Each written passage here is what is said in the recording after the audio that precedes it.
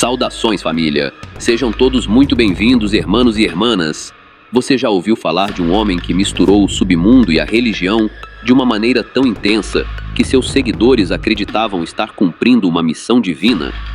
Essa é a história de Nazário Moreno, mais conhecido como El Chayo, um dos nomes mais controversos do México nos anos 2000. Ele foi o chefe da família michoacana, uma das organizações mais influentes e misteriosas do México. Neste vídeo, vamos mergulhar fundo na história, nos segredos e no impacto de El Chayo e sua organização. Mas antes de mergulharmos nessa história cheia de mistério, violência e fanatismo, já deixa o seu like, se inscreve no canal e clica no botão de hyper para dar aquela força. Agora, fica comigo que nos próximos minutos você vai descobrir como Nazário Moreno conquistou poder, montou um império e virou uma verdadeira lenda no submundo mexicano. Bora pro vídeo.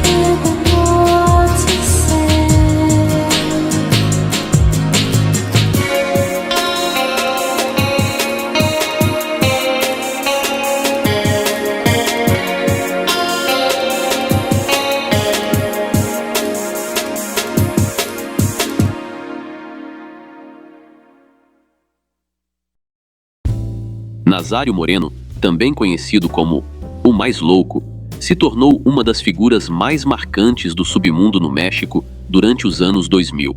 Ele conseguiu algo raro e perigoso: unir a força típica dos conflitos entre grupos rivais com uma visão religiosa distorcida, usada como ferramenta para comandar seus seguidores.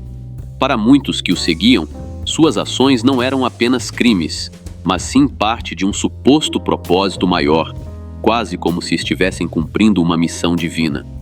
Essa mistura de fé e animalidade criou um ambiente onde seus comandados acreditavam estar servindo a algo sagrado, quando na verdade estavam apenas fortalecendo o poder de seu líder. Nazário Moreno González, apelidado de El Chayo, nasceu em 8 de março de 1970, na cidade de Apatzingán, em Michoacán. Desde cedo, conviveu com as dificuldades financeiras de sua família, o que despertou nele a busca por alternativas rápidas, fora dos caminhos convencionais. Apatzingán, naquela época, era um território marcado pelo contrabando, pelas disputas locais e pela forte presença de grupos que já dominavam a região desde os anos 80 e 90. Nesse ambiente turbulento, Nazário, assim como muitos jovens de sua geração, se viu atraído pela promessa de dinheiro fácil e de status em uma terra onde a pobreza empurrava muitos para o anonimato. Durante a adolescência, ele tentou sobreviver com pequenos trabalhos, mas logo tomou a mesma decisão de inúmeros habitantes de Michoacán: migrar para os Estados Unidos em busca de melhores oportunidades. Já na Califórnia, entrou em contato com gangues e redes ilegais que atuavam na região. Foi ali que deu seus primeiros passos mais sérios no submundo, se aproximando do comércio clandestino de erva e aprendendo de dentro a logística de abastecimento voltada para o mercado estadunidense. Mas, nesse mesmo período, Nazário também começou a desenvolver um interesse peculiar pela religião e pela leitura de livros que, mais tarde, moldariam profundamente sua personalidade. Disse que, mesmo já envolvido em atividades ilícitas, ele lia a Bíblia com intensidade, chegando a memorizar trechos inteiros, que depois interpretava de acordo com sua própria visão. Além disso, mergulhou em obras de autoajuda e liderança, como as de John Maxwell, absorvendo conceitos sobre disciplina, motivação e controle. A partir dessa combinação, Nazário construiu um discurso único. Misturava religião, regras rígidas, senso de propósito e a ideia de um destino grandioso. Esse discurso, com o tempo, conquistou seus seguidores, que passaram a enxergar nele não apenas um líder, mas alguém que oferecia um estilo de vida justificado por princípios espirituais e por uma suposta missão maior. Em 1994, Nazário foi detido pela primeira vez na cidade de McAllen, no Texas, acusado de tentar levar erva para os Estados Unidos, atuando sob as ordens de Carlos Alberto Rosales, conhecido como El Tísico, um dos homens de confiança de Osiel Cárdenas, que na época era chamado de El Senhor. Um ano depois, Nazário acabou deportado para o México, retornando a Michoacán com a experiência que havia adquirido em solo estadunidense e já com um projeto claro em sua mente. Naquele momento, o estado de Michoacán atravessava uma fase crítica. As organizações mais tradicionais estavam ampliando sua presença na região, principalmente o do Golfo, que começava a estender seus tentáculos até áreas estratégicas como Lázaro Cárdenas. Para Nazário, esse cenário instável se transformou em uma oportunidade fértil para erguer o que seria o embrião de sua própria organização, embora ainda estivesse vinculado a Rosales. Foi então que ele passou a reunir homens de sua confiança. Entre eles estavam José de Jesus Mendes Vargas, conhecido como El Chango, e Henrique Plancarte Solis, apelidado de Lativa. Juntos, fundaram um grupo que, em sua origem, se apresentava como uma espécie de força de autodefesa, supostamente criada para proteger comunidades locais dos abusos de facções rivais. No entanto, em pouco tempo, esse projeto inicial tomou outro rumo. A organização cresceu, ganhou força e acabou se transformando em uma poderosa estrutura independente, com grande influência no cenário clandestino da região. No início dos anos 2000, Nazário finalmente deu forma oficial ao grupo que ficaria conhecido como La Família Michoacana. Há quem diga que o verdadeiro fundador teria sido El Tísico, mas na realidade, o que ele criou foi apenas uma organização chamada La Empresa, uma espécie de antecessora. Foi Nazário quem transformou essa base inicial em algo muito maior, acrescentando uma narrativa peculiar que diferenciava o grupo de todos os outros. Eles não se apresentavam apenas como mais um cartel. Pelo contrário, defendiam a ideia de serem uma organização com princípios, criada para proteger os moradores de Michoacán e cuidar dos mais fracos. Nesse contexto, Nazário assumiu o papel de cérebro e guia espiritual. Diferente de outros líderes, que apenas davam ordens militares ou financeiras, ele se dedicava a doutrinar seus homens com um código moral que ele próprio escrevia. Um exemplo claro disso foi o livro que ele redigiu, intitulado Pensamentos. Nesse material, Nazário reunia trechos bíblicos, frases de autoajuda e regras de disciplina rígidas. Os integrantes da organização relatam que, sob sua liderança, eram constantemente expostos a passagens religiosas e ensinamentos que proibiam o consumo de drogas e álcool, além de participarem de orações e treinamentos intensivos de tiro. Só depois desse processo eram aceitos como membros formais da chamada família. Esses escritos eram distribuídos como se fossem um manual espiritual, trazendo reflexões sobre respeito à família, lealdade aos companheiros e obediência às regras. O próprio nome do grupo, La Família, foi escolhido de forma deliberada, representando um vínculo não apenas de sangue, mas também espiritual. Os rituais de iniciação incluíam orações coletivas, jejuns de até 3 dias e um juramento feito sobre uma Bíblia marcada com as iniciais LFM. Assim, Nazário moldava soldados que acreditavam lutar uma verdadeira batalha santa. Alguns desses homens chegavam até mesmo a usar um uniforme simbólico, camisa branca e fivela prateada, representando uma espécie de pureza guerreira. Antes de enfrentar combates, realizavam círculos de oração, reforçando a ideia de que suas ações tinham um propósito divino. O crescimento da família michoacana foi rápido e impressionante. Já em 2004, o grupo havia firmado uma aliança estratégica com o Cartel do Golfo, o que lhes deu ainda mais força. Porém, com o tempo, ganharam independência, consolidando-se como um cartel próprio, no qual Nazário assumiu o papel de líder espiritual absoluto. Sua figura carismática, mesclando discursos religiosos e disciplina rígida com extrema violência, o transformou em um personagem único. Seus seguidores o chamavam de El Más Loco, não apenas por seu comportamento imprevisível, mas também porque o veneravam quase como um profeta. Ele os convencia de que eram defensores do povo, uma espécie de escudo contra cartéis rivais e contra a ausência do próprio Estado. Segundo os próprios relatos que Nazário deixava em seus livros, disfarçados de textos de autoajuda e motivação, a família michoacana dizia exercer uma espécie de vigilância nos estados onde atuava.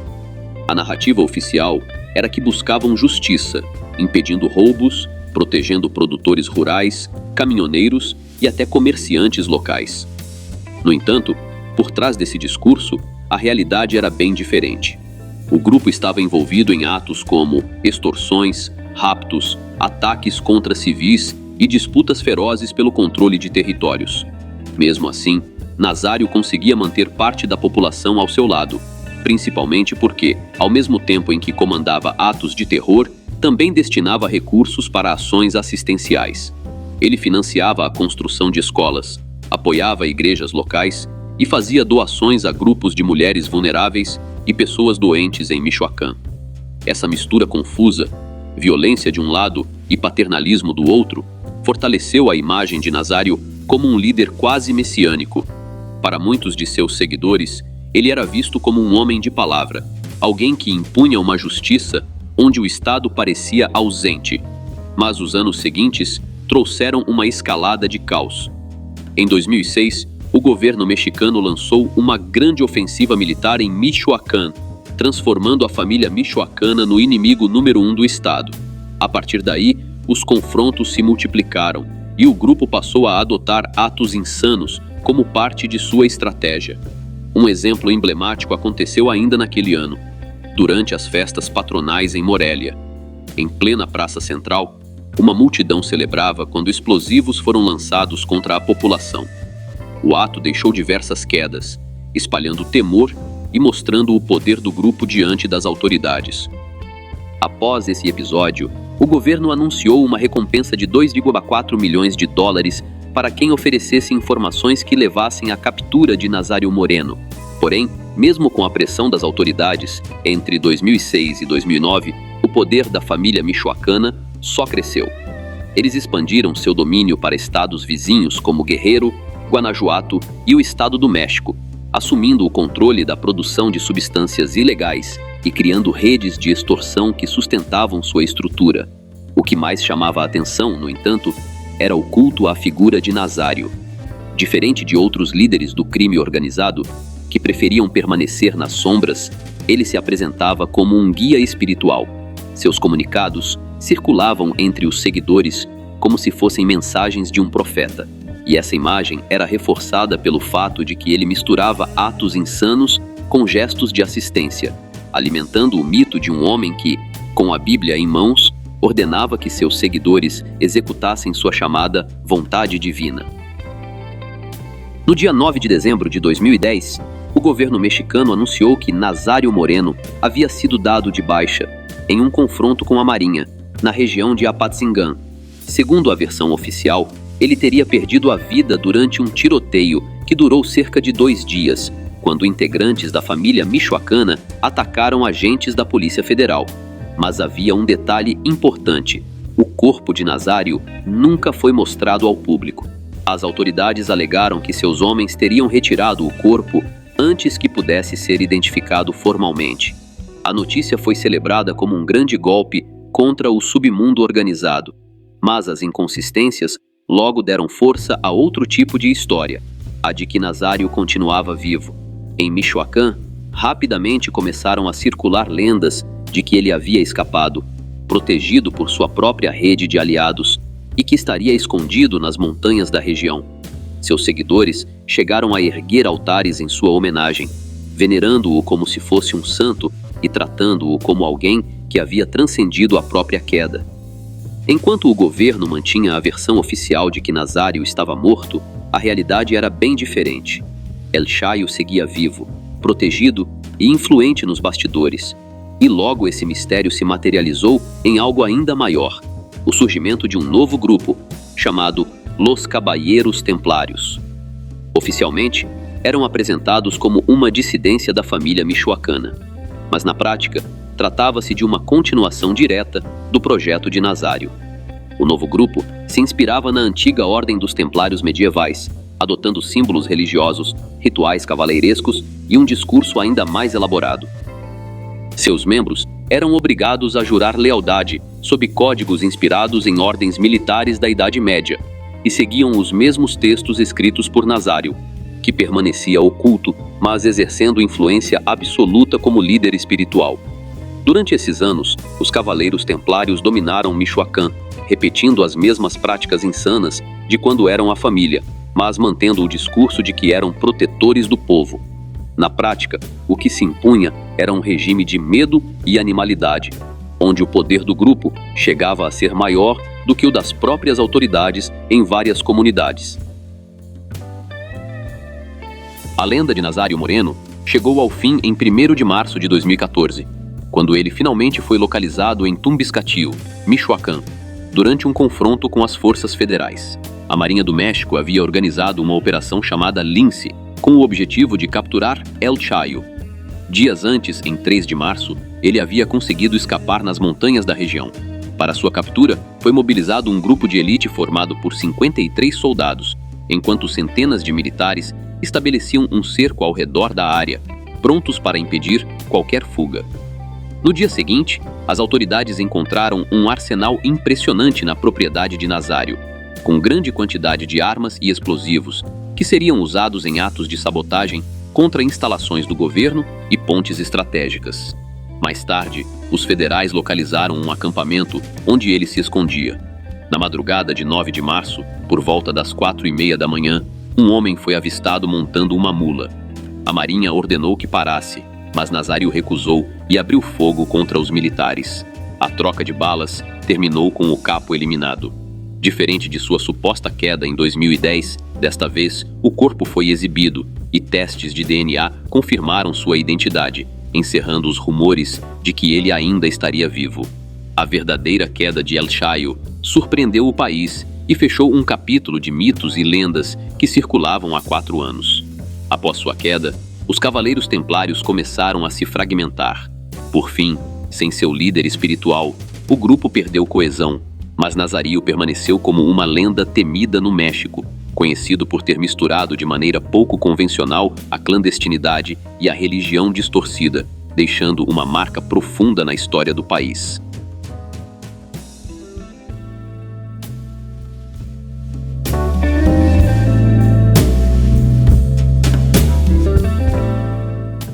Salve família! E assim se encerra a história de Nazário Moreno e sua organização, um homem que transformou a clandestinidade em poder e a religião em devoção, deixando um legado que mistura temor e curiosidade no México. Sua trajetória nos mostra como carisma e violência podem criar figuras que desafiam o próprio Estado e entram para a história como verdadeiros mitos do mal. Se você gostou deste vídeo, não se esquece de deixar o like, se inscrever no canal e ativar o sininho para não perder nenhum conteúdo. E se você quer ir além e apoiar nosso trabalho, clique em tornar-se membro e tenha acesso a conteúdos exclusivos. Obrigado por assistir até aqui e nos vemos no próximo vídeo. Até a próxima!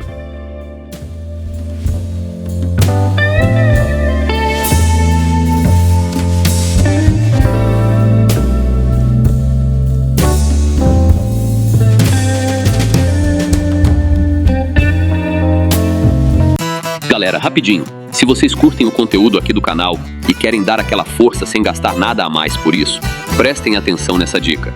Sempre que vocês comprarem qualquer coisa na Amazon, seja um livro, fone, celular ou até um cabo USB, usem o meu link de afiliado que está aqui na descrição.